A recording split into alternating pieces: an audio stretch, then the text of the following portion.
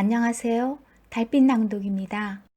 오늘은 러시아의 대문호 톨스토이의 사람은 무엇으로 사는가를 낭독하겠습니다. 남은 시간도 행복하세요. 구독과 좋아요로 관심을 표현해 주세요. 사람은 무엇으로 사는가? 톨스토이. 어떤 구두방 주인이 아내, 아들과 함께 농부의 집에 새들어 살고 있었다.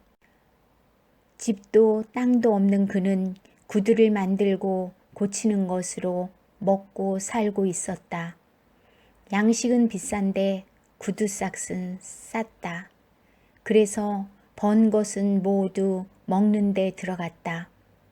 그와 아내가 번갈아 입는 바람에 한 벌밖에 없는 털의 투는 다 해져 누더기가 돼버렸다. 그들은 새 털외투를 지을 양털을 사려고 2년째 벼르고 있었다. 가을이 되자 구두방 주인 세묘는 돈을 약간 모았다.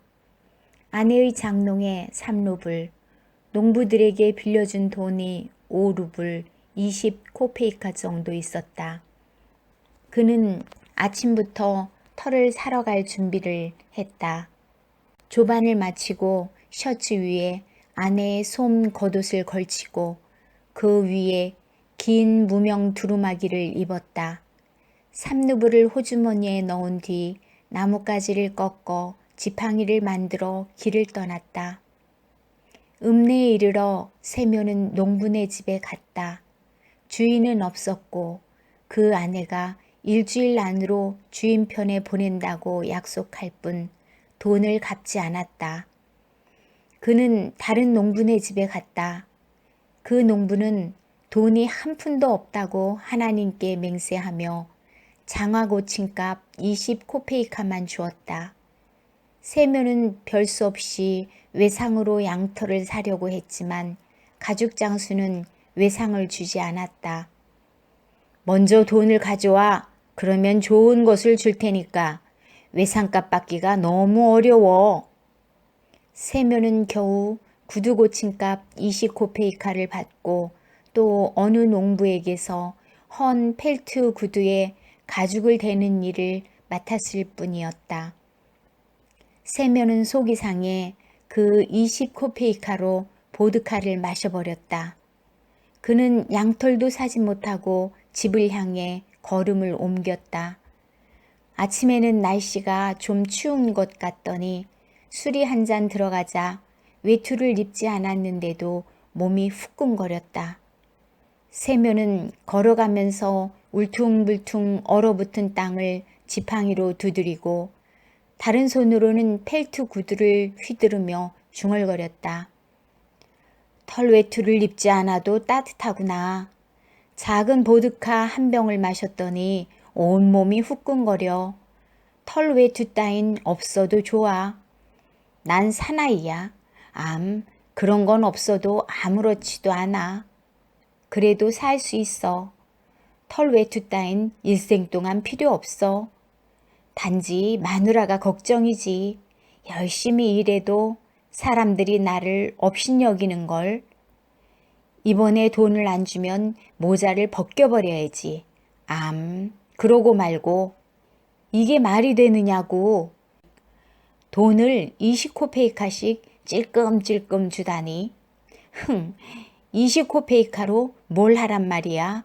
술밖에 더 마시겠어? 생활이 곤란하다고. 나는 곤란하지 않은가? 이봐, 너희들은 집도 있고 소도 있고 말도 있지만 나는 빈털털이야. 너는 내 빵을 먹지만 나는 사서 먹어야 해.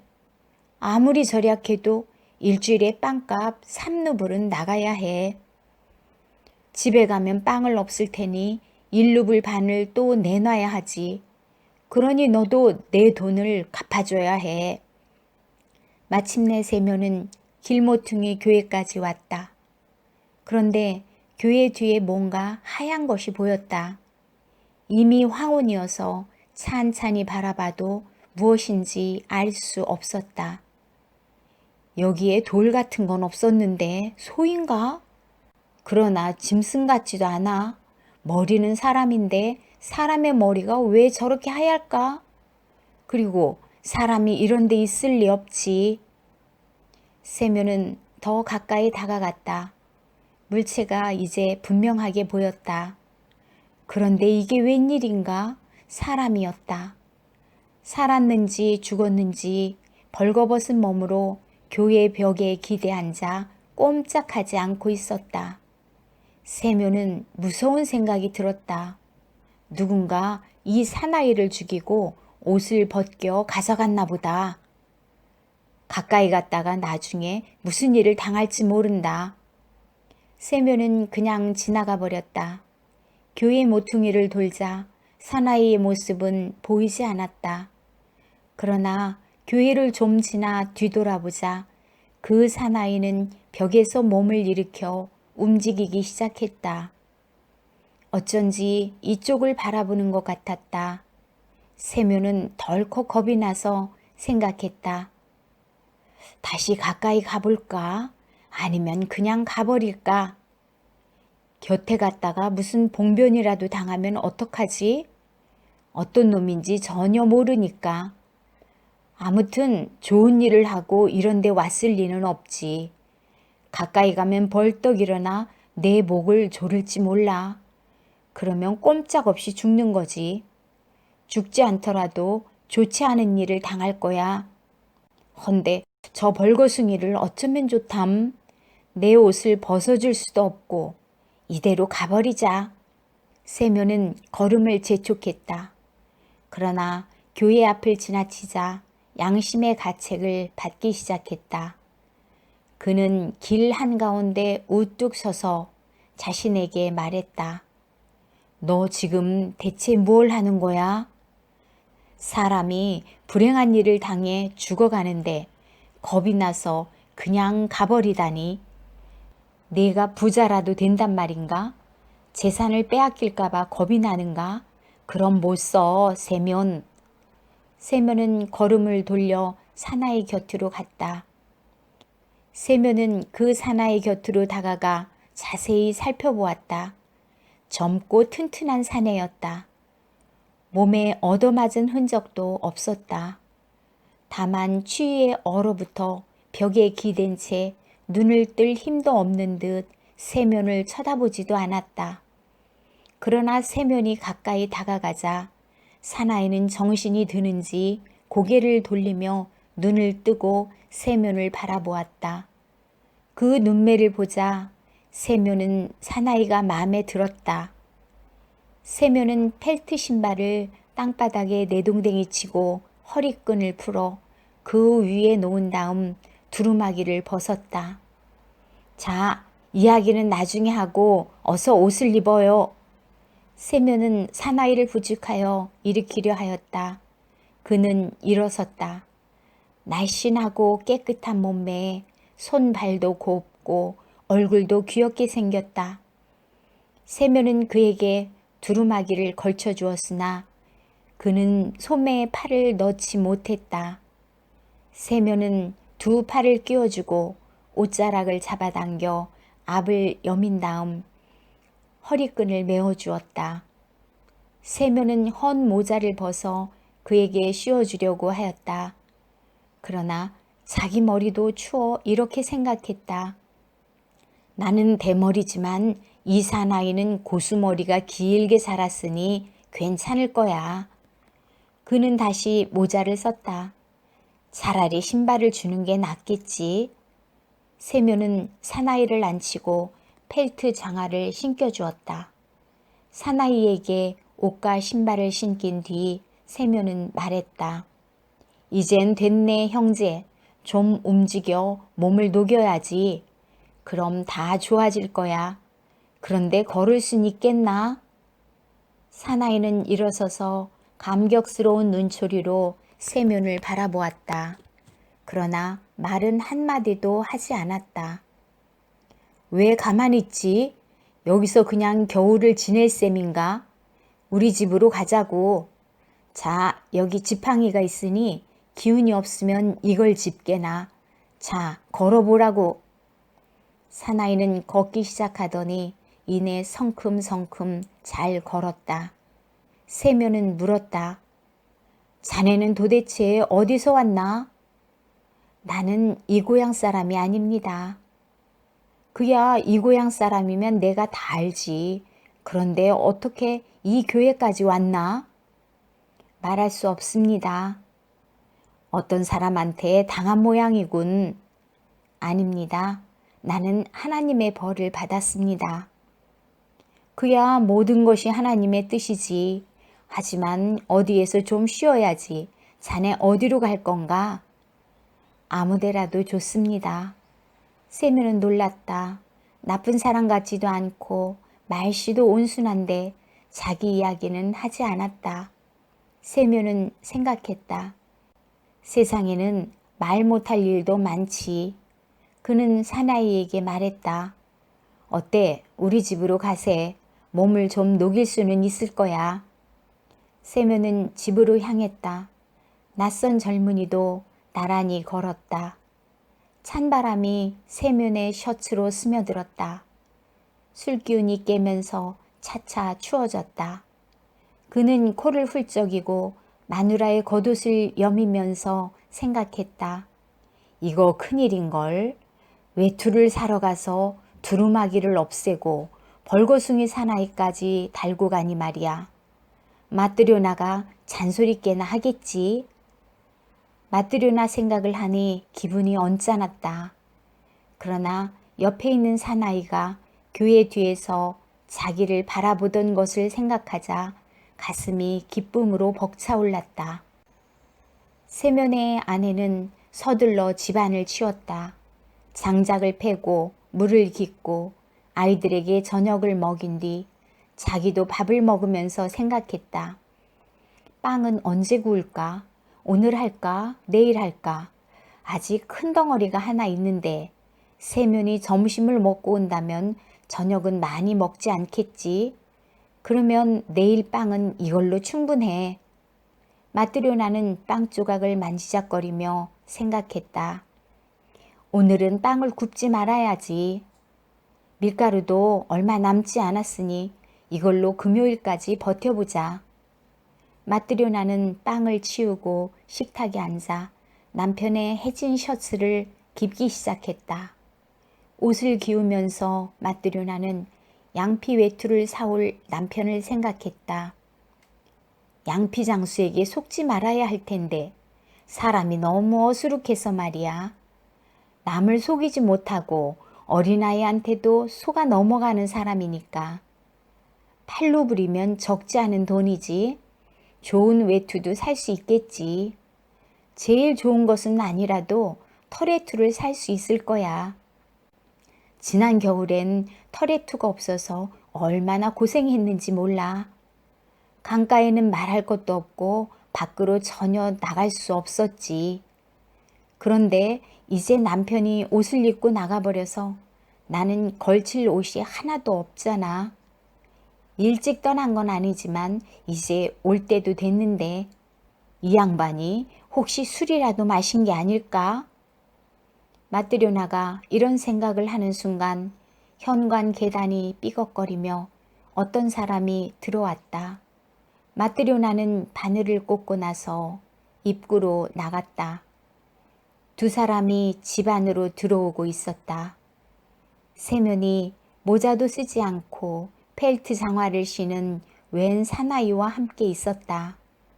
맞들여나는 금방 술 냄새를 맡았다. 역시 마시고 왔구나.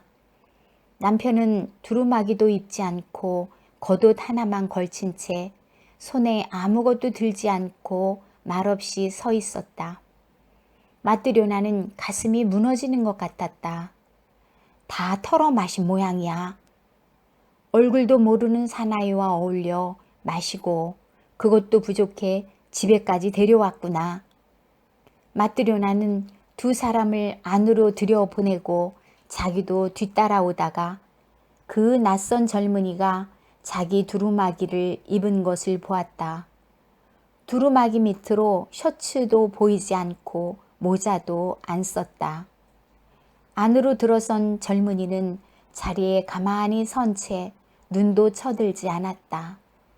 마트료나는 이 사나이가 무슨 잘못을 저질러 겁을 먹고 있다고 생각했다.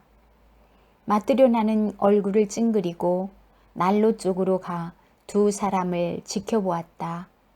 세묘는 모자를 벗고 태연히 걸상에 앉았다.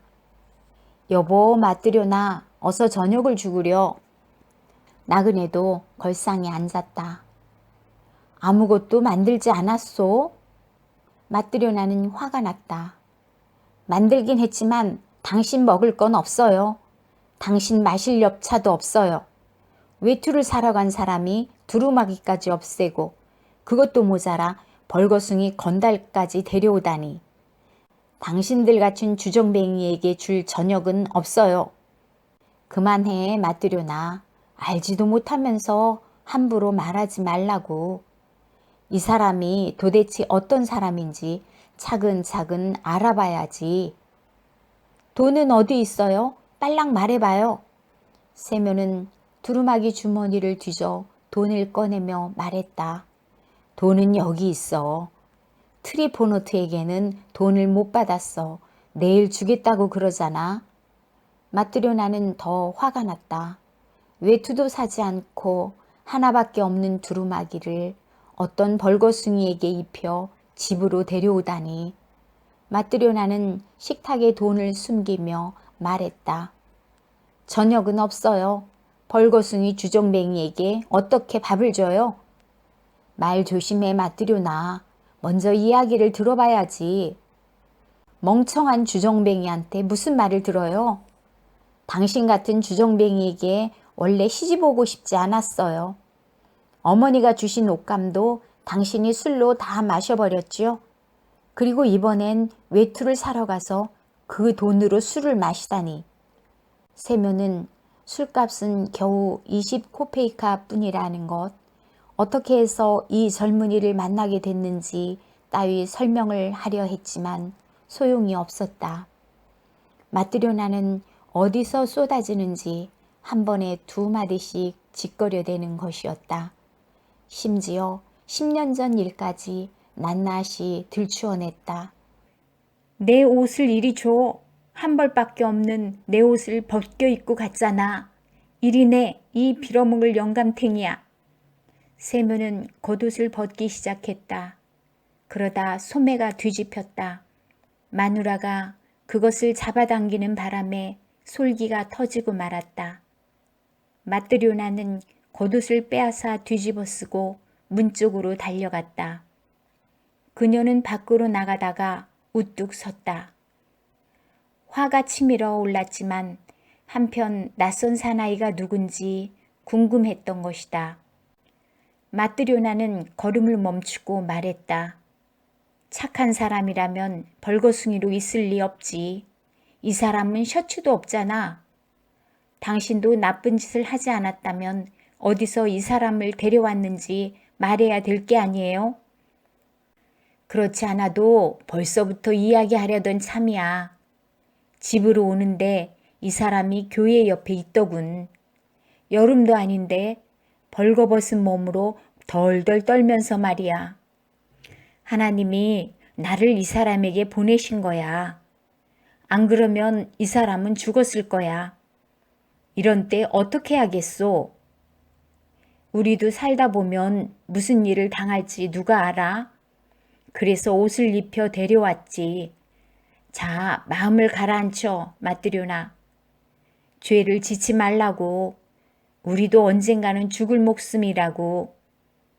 마트료나는 욕을 해주고 싶었으나 나그네를 보고 입을 다물었다. 나그네는 걸상에 앉아 꼼짝도 하지 않았다. 두 손을 무릎에 올려놓고 머리를 숙인 채 답답한 듯 줄곧 눈을 감고 얼굴을 찡그리고 있었다. 마트료나는 아무 말이 없었다. 세묘는 말을 이었다. 마트료나, 당신 마음엔 하나님도 없소? 마트료나는 이 말을 듣고 다시 한번 젊은이를 쳐다보았다. 그러자 갑자기 마음이 누그러졌다. 그녀는 문 곁을 떠나 난로가 놓인 구석으로 가서 저녁 준비를 하였다. 컵을 식탁에 놓고 치바스를 따르고 마지막 빵을 내놓았다. 그리고 나이프와 포크를 놓으면서 어서 들어요 하고 말했다. 세묘는 젊은이를 식탁으로 데려갔다. 앉아요 젊은이. 세묘는 빵을 잘게 잘라 함께 저녁을 먹기 시작했다. 마트료나는 식탁 곁에 앉아 손으로 턱을 괴고 낯선 젊은이를 바라보았다. 젊은이가 불쌍한 생각이 들었다. 보살펴주고 싶은 생각마저 들었다. 그러자 젊은이는 갑자기 명랑해지며 찡그렸던 얼굴을 펴고 마트료나 쪽으로 눈을 돌려 빙그레 웃었다. 식사가 끝나자 마트료나는 식탁을 치운 다음 낯선 젊은이에게 물었다. 젊은이는 어디서 왔소? 나는 이 지방 사람이 아닙니다. 왜 길바닥에 쓰러져 있었소? 그건 말씀드릴 수 없습니다. 강도라도 만났어요? 하나님의 벌을 받았습니다. 그래서 벌거벗은 채 누워 있었소? 예, 알몸으로 있다가 얼어 죽을 뻔했지요. 그걸 주인 아저씨가 발견하고 불쌍히 생각하여 입고 있던 두루마기를 벗어 나에게 입히고 여기 데려온 겁니다. 여기 오니까 마나님이 나를 불쌍히 생각하여 또 먹고 마실 것을 주셨어요. 하나님은 두 분을 도와주실 겁니다. 마트료나는 일어나서 좀 전에 기운 세면의 셔츠를 집어 젊은이에게 주었다. 그리고 바지도 찾아주었다. 이제 보니 셔츠도 없잖아. 이걸 입고 아무 데서나 자도록 해요. 침대 위든 난로가든. 나그네는 두루마기를 벗고 셔츠와 바지를 입은 다음 침대에 누웠다. 마트료나는 등불을 끈 뒤 두루마기를 가지고 남편 곁으로 갔다. 그리고 두루마기 자락을 덮고 누웠으나 잠이 오지 않았다. 젊은이의 생각이 머릿속에서 떠나지 않았던 것이다. 젊은이가 마지막 빵을 다 먹어버려서 내일 먹을 빵이 없다. 셔츠와 바지를 준 일을 생각하자 기분이 언짢았다. 그러나 그가 빙그레 웃던 것을 생각하자 마음속이 밝아졌다. 마트료나는 오래 잠을 이루지 못했다. 세면도 잠이 안 오는지 두루마기 자락을 잡아당기는 소리가 들려왔다. 세면, 응? 빵을 굽지 않고 다 먹어버렸는데 내일은 어떡하지요? 말ля냐 대모에게 가서 좀 구워야겠어요.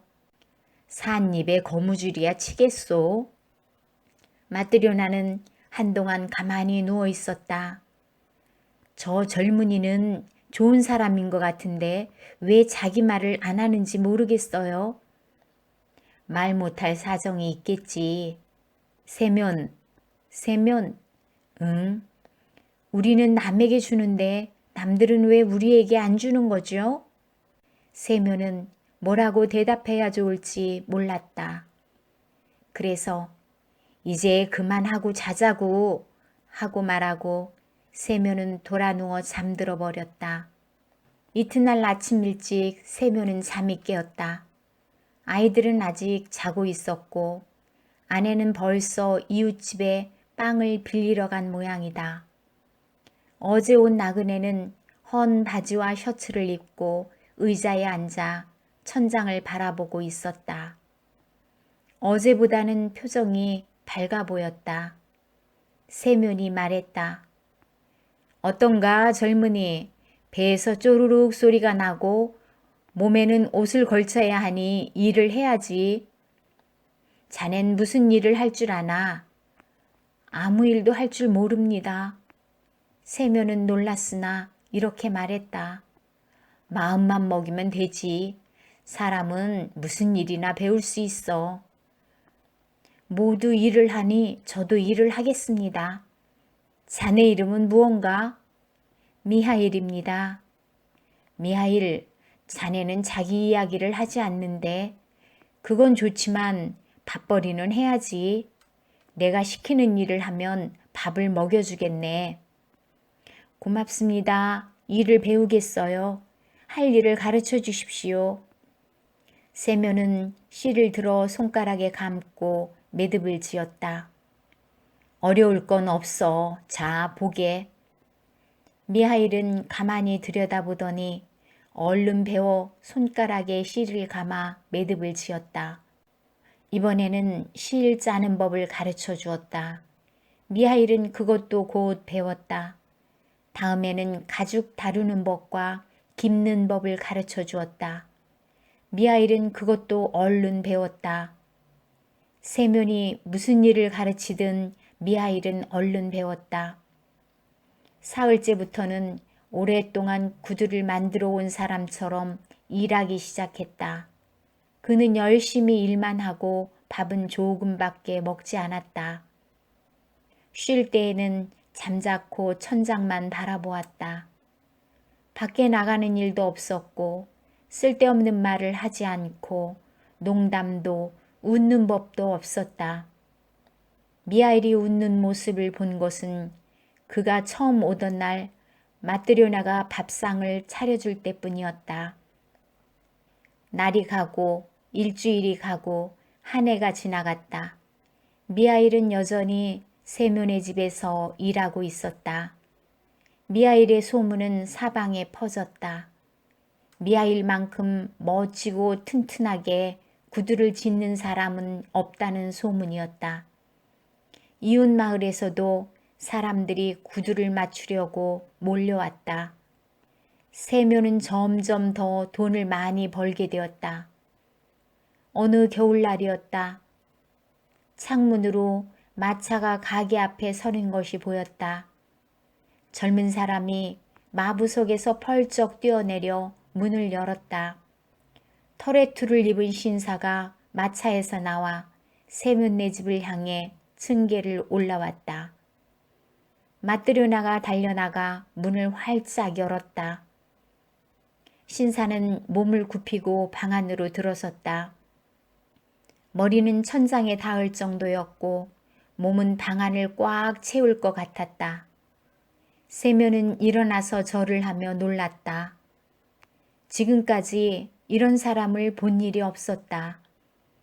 세면과 미하일도 마른 편이고 마트료나는 명태처럼 여유였는데 이 신사는 다른 나라에서 온 사람 같았다. 얼굴이 벌겋고 기름이 흘렀으며 목은 황소 같았다. 온 몸이 무쇠로 만들어진 것 같았다.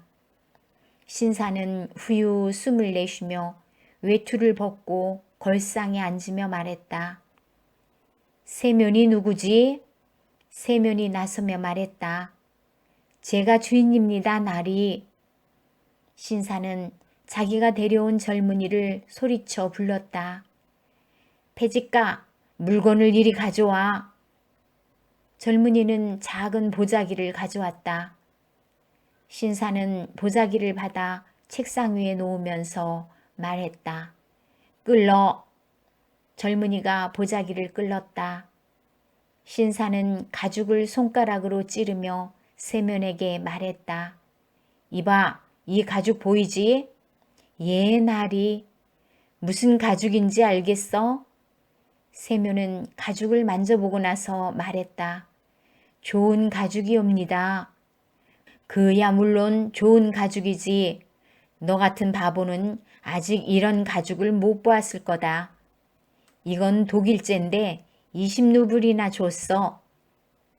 세면은 겁을 집어먹고 말했다. 우리 같은 사람이 어디서 그런 걸 구경하겠습니까? 그렇겠지. 헌데 이걸로 내 발에 맞는 장화를 만들 수 있겠나? 그러면요, 나리. 신사는 세면에게 큰 소리로 말했다. 만들 수 있다고 했겠다. 하지만 알아도 누구의 구두를 어떤 가죽으로 만드는지 난 1년을 신어도 모양이 변치 않고 실밥이 터지지 않는 장화를 바란단 말이야. 할 수 있으면 가죽을 자르고 할 수 없으면 맞지 마. 미리 말해두는데 1년 안에 구두 모양이 변하거나 실밥이 터지면 너를 감옥에 보낼 거야. 대신 1년이 되어도 모양이 변하지 않고 실밥이 터지지 않으면 만든 값으로 10루블을 더 주지. 세묘는 겁이 나서 어떻게 대답하여 좋을지 몰랐다. 그는 미하일을 돌아보았다. 그리고 팔꿈치로 찌르며 귀갯말로 물었다. 맡을까? 미하일은 맡으라고 머리를 끄덕였다. 세묘는 미하일의 말을 따라 1년 안에 모양이 변하지도 실밥이 터지지도 않는 장화를 주문받기로 하였다. 신사는 젊은이를 불러 왼쪽 신발을 벗기라고 하며 발을 내밀었다. 발을 제게. 세묘는 한자가 훨씬 넘게 종이를 붙여 바닥에 깐 다음 무릎을 꿇었다. 그리고 신사의 양말에 때를 묻히지 않으려고 앞치마에 손을 잘 문지른 다음 치수를 재기 시작했다. 세묘는 발바닥을 재고 발등 높이를 재었다. 그리고 종아리를 재려는데 종이 양 끝이 닿지 않았다. 신사의 장단지가 통나무처럼 굵었던 것이다. 이봐, 거길 좁게 해서는 안 돼. 세묘는 다시 종이를 덧붙였다. 신사는 가만히 앉아 발가락을 꼬물거리며 방 안에 있는 사람들을 둘러보았다. 그러다 미하일을 발견하고 물었다. 저 친구는 누구야? 우리 집 일꾼인데 나리의 구두를 만들 겁니다. 이봐, 너도 잘 들어도 1년은 끄덕없게 만들어야 해. 신사는 미하일에게 말했다. 세면도 미하일을 돌아보았다. 그러나 미하일은 신사를 보지 않고 그의 뒤쪽 구석을 뚫어지게 바라보고 있었다. 마치 누군가를 꿰뚫어 보는 것 같았다. 그러다 미하일은 갑자기 웃음을 띠며 얼굴이 환하게 밝아졌다. 바보 자식, 왜 웃어? 기한 내에 만들도록 정신 바짝 차려. 미하일이 말했다. 필요할 때까지 만들어 놓겠습니다. 좋아. 신사는 장화를 신고 터레투를 입고 문 쪽으로 갔다. 그러나 깜박 잊고 허리를 굽히지 않아서 문설주에 머리를 부딪혔다. 신사는 욕을 퍼붓고 머리를 문지르며 마차를 타고 떠나버렸다. 신사가 떠나자 세면이 말했다. 차돌같이 단단한 사람이군. 몽둥이로 후려쳐도 안 죽겠어. 머리를 그렇게 부딪혔는데도 별로 아프지도 않은가 봐. 마트료나가 말했다. 저런 생활을 하는데 살이 빠질 리 있어요. 저렇게 튼튼한 사람에게는 귀신도 꼼짝 못할 거예요. 세면은 미하일에게 말했다. 일을 맡기는 했지만 무슨 일이 없을지 걱정이군. 가죽은 비싸고 나리는 깐깐하니까 말이야. 실수를 하면 안 돼. 자네는 나보다 눈도 밝고 솜씨도 좋으니까 잰 것을 자네한테 맡기겠네. 가죽을 재단하게. 나는 겉가죽을 꿰매도록 함세. 미하일은 주인 말대로 가죽을 받아들고 책상 위에 2겹으로 포갠 다음 칼로 자르기 시작했다. 마트료나는 미하일의 곁으로 가서 보고 깜짝 놀랐다.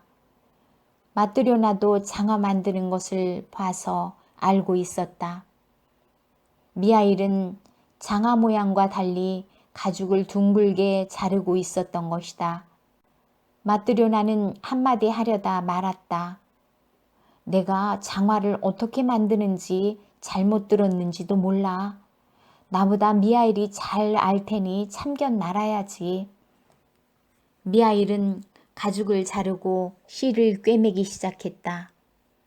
그러나 장화가 아닌 슬리퍼를 꿰맬 때처럼 겹실이 아니라 한 겹으로 깁고 있었다. 마트료나는 이번에도 깜짝 놀랐으나 참견하지 않았다. 미하일은 열심히 깁고 있었다. 점심때가 되어 세면이 자리에서 일어나다 보니 미하일은 가죽으로 슬리퍼를 한 켤레 꿰매어 놓고 있었다. 세면은 한숨을 내쉬었다. 어떻게 된 일인가? 미하일은 1년이나 같이 살면서 한 번도 실수를 하지 않았는데 하필 지금 실수를 하다니. 나리는 굽이 달린 장화를 주문했는데 평평한 슬리퍼를 만들어 놓았으니 가죽을 버리지 않았나. 이걸 어떻게 물어주지? 이런 가죽은 구할 수도 없는데. 그는 미하일에게 말했다. 자네 이게 무슨 짓인가? 내 목을 자르려는 거야? 나리는 장화를 주문했는데 자네는 무엇을 만든 거야? 세면이 미하일에게 이렇게 막 이야기를 꺼내는데 계단에서 쿵쿵 소리가 들려왔다. 창문으로 내다보니 누군가 타고 온 말을 붙들어 매고 있었다. 문을 열고 들어온 사람은 아까 그 나리의 하인이었다.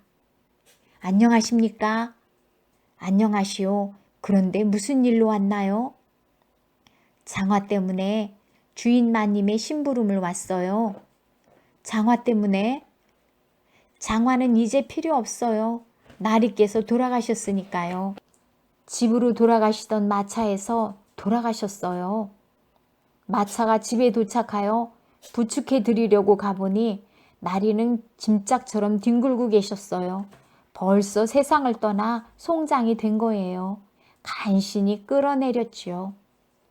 그래서 마님께서 저한테 말했어요. 너 구두장이에게 가서 전해라. 아까 주문한 장화는 필요 없게 되었으니 대신 죽은 사람이 신는 슬리퍼를 빨리 만들어 달라고 말이야. 그리고 만드는 동안 기다렸다가 가지고 오라고요. 미하일은 남은 가죽을 둘둘 말았다. 그리고 다 만든 슬리퍼를 들고 탁탁 치더니 앞치마에 문지른 다음 하인에게 주었다. 젊은 하인은 슬리퍼를 받아들고 안녕히 계십시오 여러분 하고 인사했다. 다시 세월이 흘렀다. 미하일이 세면의 집에 온 지도 6년이 되었다. 그는 전과 다름없이 생활하고 있었다. 아무 데도 가지 않았고 쓸데없는 말도 하지 않았다. 웃은 것은 딱 2번뿐이었다. 이 집에 처음 오던 날 마뜨료나가 저녁 밥상을 준비할 때, 그리고 죽은 신사가 구두를 맞추러 왔을 때였다. 세면은 미하일을 아주 좋아했다. 이제는 그가 어디서 왔는지 더 이상 물어보지 않고 다만 어디로 가버리지는 않을까 걱정이었다.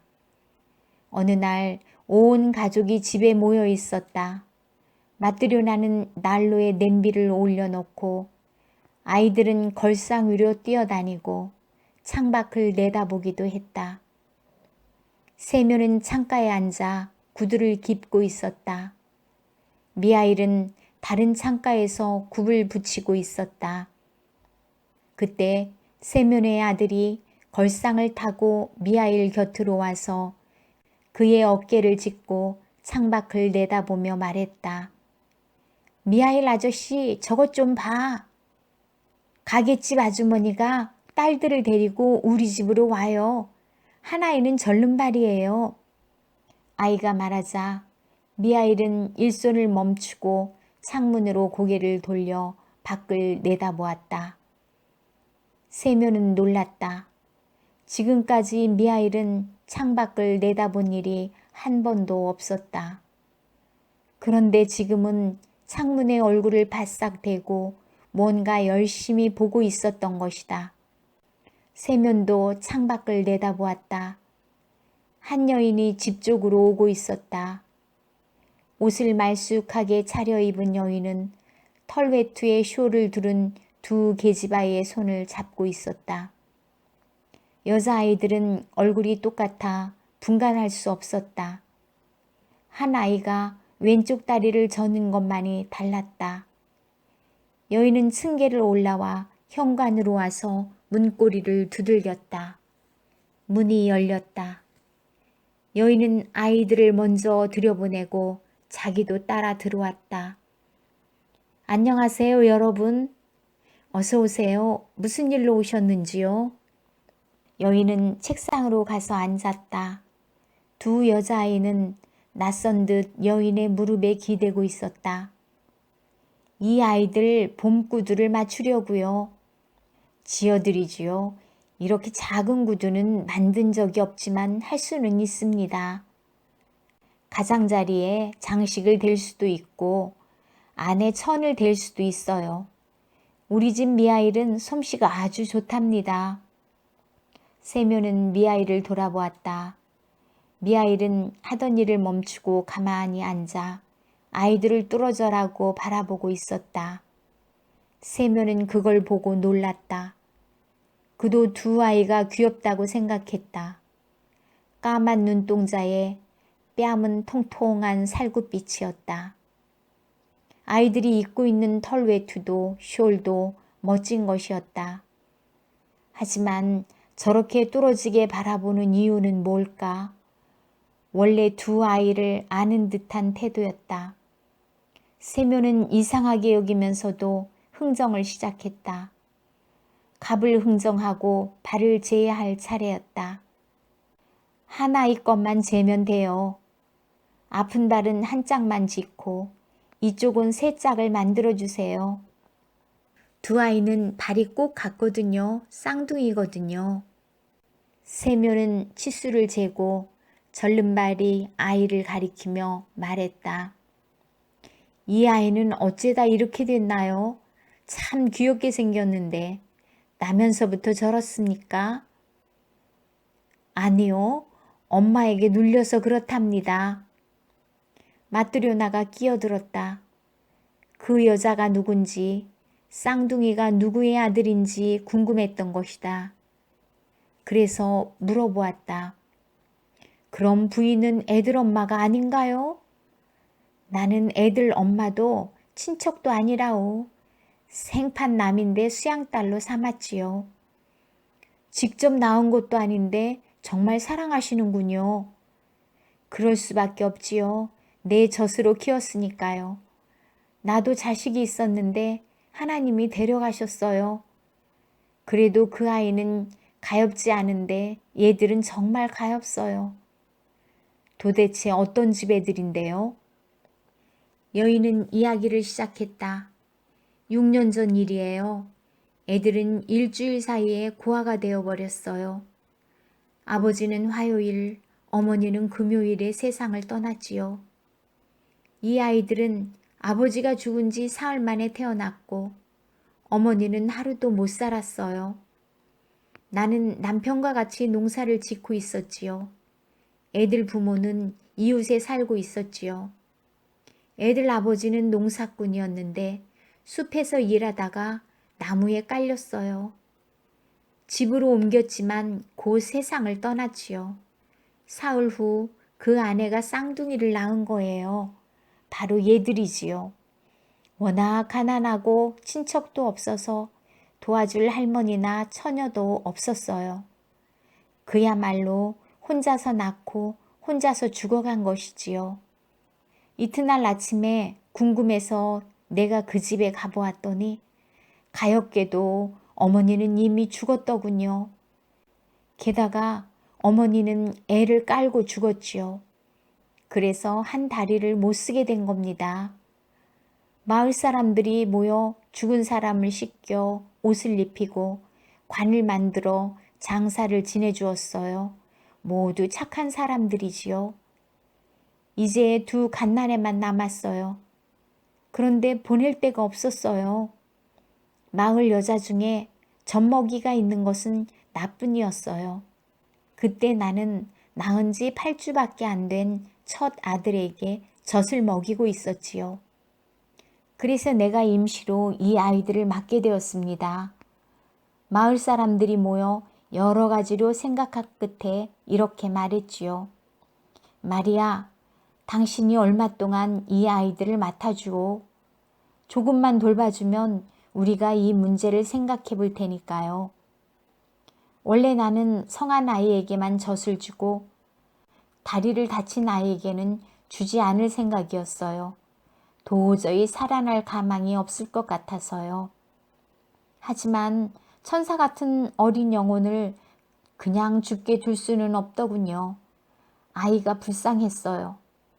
그래서 이 아이에게도 젖을 먹였지요. 그래서 내 아이와 이 두 아이, 이렇게 세 아이에게 젖을 먹여 키웠답니다. 그때만 해도 나는 젊고 힘이 센다다. 식성도 좋았지요.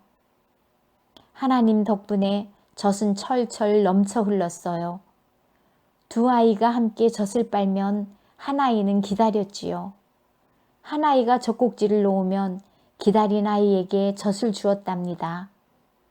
그런데 하나님의 뜻으로 두 아이는 잘 컸지만 내 아이는 2살 때 죽어버렸어요.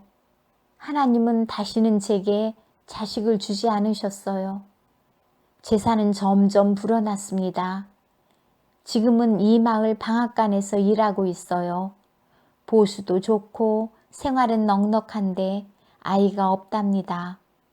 이 두 아이가 없었다면 나 혼자 무슨 재미로 살겠어요. 그러니 애들을 사랑하지 않을 수 없지요.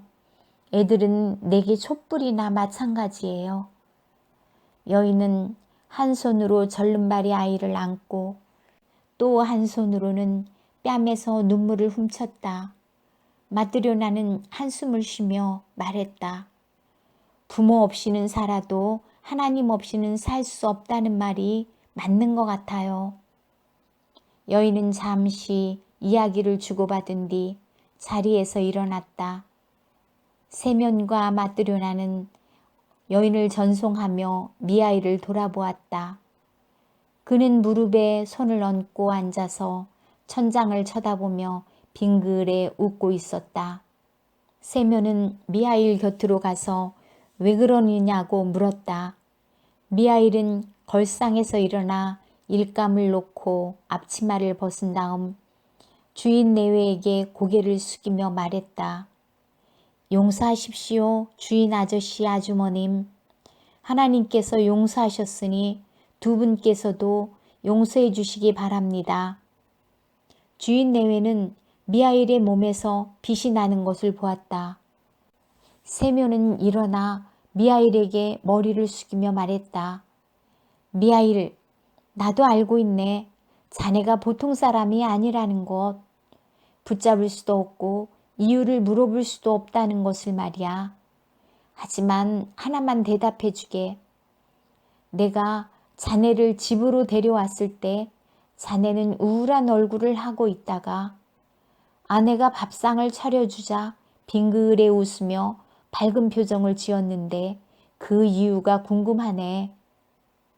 그 후 나리가 장화를 주문했을 때 자네는 다시 빙그레 웃으면서 밝은 표정을 지었지. 그리고 지금 아이들이 왔을 때 자네는 3번째로 빙그레 웃으면서 온몸에서 빛이 났네. 말해주게 미하일, 어째서 자네 몸에서 빛이 나며 왜 3번 웃었는지. 미하일이 대답했다. 내 몸에서 빛이 나는 것은 내가 하나님의 벌을 받았다가 이제 용서받았기 때문입니다. 또 내가 3번 웃은 것은 하나님의 3마디 말씀을 깨달았기 때문입니다. 이제 나는 하나님의 3마디 말씀을 깨닫게 되었습니다. 한마디 말씀은 주인마님이 나를 가엾게 여기셨을 때 깨달았습니다. 그래서 처음 웃었습니다. 또 한마디 말씀은 부자 나리가 장화를 주문했을 때 깨달았습니다. 그래서 2번째 웃었습니다. 마지막 3번째 말씀은 방금 2 여자아이를 보았을 때 깨달았습니다. 그래서 3번째로 웃었습니다. 세면이 다시 물었다. 그런데 미하일, 당신은 무슨 죄로 하나님의 벌을 받았으며 그 세 마디 말씀은 무엇인지 말해 주시오. 미하일이 대답했다. 내가 벌을 받은 것은 하나님의 말씀을 따르지 않았기 때문입니다. 나는 하늘의 천사였는데 하나님의 말씀을 어겼습니다. 하루는 하나님께서 어느 여인의 영혼을 데려오라고 분부하셨습니다. 그래서 세상에 내려와 보니 그 여인은 아파서 누워 있었습니다. 쌍둥이 딸을 낳았던 것입니다. 갓난아기는 엄마 곁에서 꿈틀거리고 있었으나 엄마는 젖을 줄 힘도 없었습니다. 여인은 나를 보자 하나님께서 자기 영혼을 부르신 것을 알고 울면서 말했습니다. 천사님, 제 남편은 나무에 깔려 며칠 전 죽었습니다. 이 아이들을 키워줄 고모도 이모도 할머니도 없습니다. 제발 이 애들이 클 때까지 내가 키울 수 있도록 내 영혼을 가져가지 마십시오. 아이들은 부모 없이 살 수 없습니다. 이 말을 듣고 나는 한 아이에게 젖을 물려주고 한 아이는 어머니 팔에 안겨준 뒤 하늘나라로 올라갔습니다. 그리고 하나님 곁으로 가서 말했습니다. 저는 산모의 영혼을 가져올 수 없었습니다. 남편은 나무에 깔려 죽고 여자는 쌍둥이를 낳고는 자기 영혼을 거두어 가지 말아달라고 비는 것이었습니다. 아이들이 클 때까지 제 손으로 키우게 해달라. 아이들은 부모 없이 살 수 없다고 하면서 말입니다. 그래서 저는 산모의 영혼을 데려오지 못했습니다. 그러자 하나님은 이렇게 말씀하셨습니다. 다시 가서 산모의 영혼을 데려오너라. 그러면 세 가지 말의 뜻을 알게 되리라. 사람의 마음에는 무엇이 있는가? 사람에게 주어지지 않은 것은 무엇인가? 사람은 무엇으로 사는가? 이 세 가지를 알게 될 것이다. 이 세 가지를 알게 되면 다시 하늘나라로 돌아오게 되리라. 나는 세상으로 내려와 산모의 영혼을 빼앗았습니다. 갓난아이들은 어머니의 가슴에서 떨어졌습니다. 그러나 어머니의 시체가 뒹굴며 짓누르는 바람에 한 아이는 한쪽 다리를 못 쓰게 됐습니다. 나는 여자의 영혼을 데리고 하나님께 올라가려고 했습니다만 바람이 휘몰아치면서 제 날개를 꺾어버리고 말았습니다.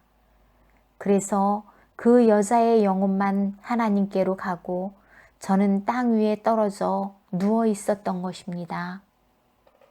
세면과 마뜨료나는 자기와 함께 살아온 사람이 누구인지 알자 두려움과 기쁨으로 눈물을 흘렸다. 천사는 이야기를 계속했다. 나는 벌거숭이가 된 채 혼자 들판에 버려져 있었습니다. 그때까지 나는 인간의 부자유도 추위도 굶주림도 몰랐습니다. 그러다 갑자기 인간이 되어버린 것입니다. 춥고 배가 고팠지만 어떻게 해야 할지 몰랐습니다. 그런데 갑자기 들 가운데 하나님의 교회를 발견하고 몸을 피하려고 거기로 갔습니다. 교회는 잠겨 있어 안으로 들어갈 수 없었습니다. 날이 저물자 나는 춥고 배가 고파 온 몸이 쑤셨습니다. 그때 어떤 사람이 장화를 신고 길을 걸어오며 중얼거리는 소리가 들렸습니다. 내가 사람이 되어 처음 본 그 사람은 송장 같은 얼굴이었습니다. 나는 너무 무서워 얼굴을 돌리고 말았습니다. 그 사나이는 추운 겨울에 몸을 감쌀 옷과 처자식을 먹여 살리려면 어떻게 해야 되느냐고 중얼거리고 있었습니다. 나는 생각했습니다. 나는 춥고 배가 고파 죽을 지경이다. 그런데 저기 오는 사람은 두 내외가 걸칠 외투와 빵을 마련하는 것만 생각하고 있다. 저 사람은 나를 도와줄 수 없다. 그 사람은 나를 보자 얼굴을 찌푸리고 더욱 무서운 얼굴이 되어 지나가 버렸습니다. 나는 낙심했습니다. 그런데 갑자기 그 사람이 되돌아오는 소리가 들렸습니다. 쳐다보니 좀 전에 본 그 사람이 아닌 것 같았습니다. 조금 전까지 죽음의 그림자가 드리워져 있던 그 얼굴에 갑자기 생기가 돌았습니다. 나는 그 얼굴에서 하느님의 모습을 보았습니다. 그 사람은 내 곁으로 다가와 옷을 입혀주고 집으로 데려갔습니다. 집에 도착하자 어떤 여자가 나왔습니다. 그 여자는 남자보다 한층 더 무서운 얼굴이었습니다. 나는 그 입에서 나오는 죽음의 입김 때문에 숨을 쉴 수가 없었습니다. 그 여자는 나를 추운 밖으로 몰아내려고 했습니다. 그때 나를 쫓았다면 여자도 죽고 말았을 것입니다. 그때 남편이 하나님 얘기를 하자 그 여자는 갑자기 태도가 바뀌었습니다. 그 여자는 우리에게 저녁상을 차려주며 나를 쳐다보았습니다. 그 여자의 얼굴에는 이미 죽음의 그림자가 사라지고 생기가 돌고 있었습니다. 나는 그 얼굴에서 하나님의 모습을 보았습니다. 그때 나는 사람 마음 속에 있는 것이 무엇인지 알게 되리라는 하나님의 첫 말씀을 생각했습니다. 나는 사람의 마음에 있는 것이 사랑이라는 것을 알았습니다. 나는 하나님이 내게 깨우쳐 주셨다는 생각에 너무나 기뻐서 처음으로 웃었던 것입니다. 그러나 나머지 두 말씀은 알 수 없었습니다. 사람에게 주어지지 않은 무엇인가? 사람은 무엇으로 사는가? 이 말씀을 깨닫지 못했던 것입니다. 이 집에 온 지 1년이 지났습니다. 한 사나이가 와서 1년 동안 닳지도 터지지도 일그러지지도 않는 장화를 만들어 달라고 했습니다. 나는 그 사람의 등 뒤에 내 친구인 죽음의 천사가 있는 것을 보았습니다. 나 외에는 아무도 그 천사를 보지 못했지만 그 날이 저물기 전에 부자가 죽게 될 것을 알았습니다. 그래서 나는 생각했습니다. 이 사람은 1년 신어도 끄덕없을 장화를 준비하고 있지만 오늘 저녁 안으로 죽는다는 것을 모른다. 그때 나는 사람에게 주어지지 않은 것은 무엇인가? 라는 하나님의 두 번째 말씀을 생각했습니다. 사람의 마음 속에 무엇이 있는가는 이미 알았지만 사람에게 주어지지 않은 것이 무엇인지 또 깨달은 것입니다. 사람은 자기에게 필요한 것이 무엇인지 알 수 없었습니다. 그래서 나는 두 번째로 웃었습니다. 친구 천사를 만난 것도 기뻤지만 하나님께서 두 번째 말씀을 깨우쳐 주신 것이 그러나 나머지 한 말씀은 아직 깨닫지 못했습니다. 사람은 무엇으로 사는가? 이것을 깨닫지 못한 것입니다. 나는 여기서 살면서 하나님께서 마지막 말씀을 깨우쳐 주실 때를 기다렸습니다. 6년째가 되었습니다. 어느 여인이 쌍둥이 계집아이를 데리고 왔습니다. 나는 이 아이들이 죽지 않고 살아있는 것을 알았습니다. 그래서 속으로 생각했습니다. 자식을 키우게 해달라는 그 어머니의 말을 들었을 때 나는 부모 없이는 아이들이 자라지 못하는 걸로 생각했다. 그러나 이렇게 남이 키우지 않았는가? 그리고 그 여자가 남의 자식을 가엾이 생각하고 눈물을 흘렸을 때 그 속에 살아계신 하나님의 모습을 발견하고 사람은 무엇으로 사는가를 깨달았습니다.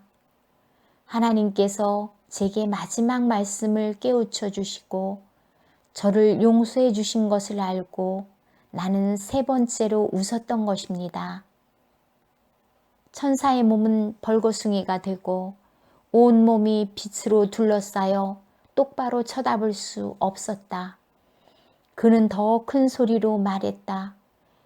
그 소리는 그의 입에서 흘러나온 것이 아니라 하늘에서 흘러나오는 것 같았다. 천사는 말했다.